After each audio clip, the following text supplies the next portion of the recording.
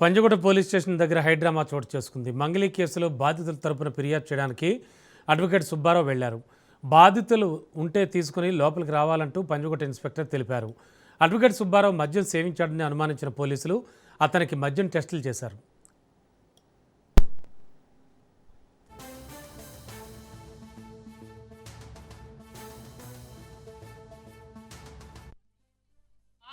ఇప్పుడు మరి అదే కదా సార్, మీ సార్ నేను కూడా లీగల్ వెళ్తా సార్, నేను కూడా లీగల్ వెళ్తా. I'm advocate, I'm not a normal person. I know everything about in this society sir.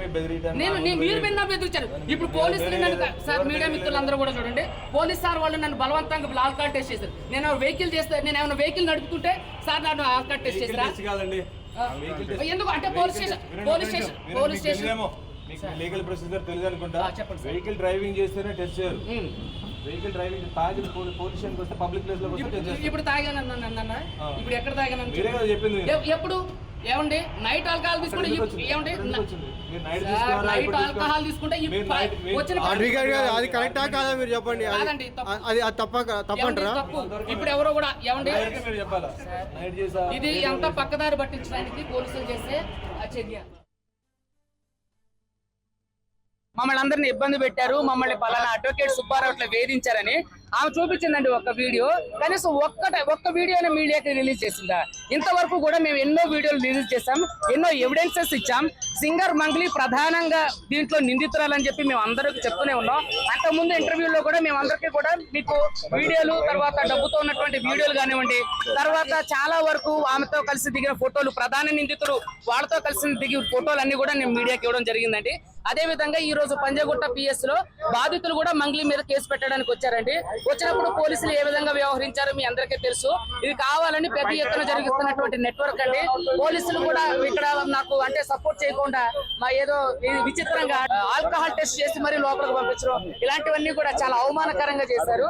So ఇక్కడ మీరు అందరూ చూస్తున్నారు, దీన్ని అంత కేసుని పక్కదారి పట్టించాలని అడ్వకేట్ సుబ్బారావు ఎప్పుడు కూడా నీతిగా నిజాయితీగా ఎవరైతే బాధితులు ఉన్నారో వాళ్ళ పక్షానే నిలబడి పోరాటం చేస్తారో. మీరు మంగ్లీ గారు నాకు ఫోన్ లో సెంట్రల్ మినిస్టర్ పేరు చెప్పి బెదిరించారు, అయినా సరే నేను లొంగలేదు. ఒక ఎమ్మెల్యే తండ్రితో ఫోన్ చేసి బెదిరించారు, అయినా నేను లొంగలేదు. చూడండి నాకు మంగ్లీ ఎన్నిసార్లు, కనీసం నేను మంగ్లీకి ఒక్కసారి కూడా ఫోన్ చేసింది లేదు, మంగ్లీతో నేను మాట్లాడింది లేదు. కానీ మంగ్లీ నాకు దాదాపుగా చూడండి 10 సైకిల్ కాల్స్ చేసింది. ఆ రోజే ఏది పూజారి నాగేశ్వర గారి ఇంట్లో ఏదైతే మీటింగ్ జరిగిందో దాంట్లో నేను ఒప్పుకోలేదు. దాంట్లో ఒప్పుకున్నప్పుడు నాకు ఎన్నిసార్లు కాల్స్ చేసిందో చూడండి. చిన్న చిన్న హౌస్ వైఫ్ గా పనిచేసుకునే వాళ్ళమండి. మాకేం అవసరం అండి రోడ్ మీదకి వచ్చి మీడియా ముందు మాట్లాడడానికి?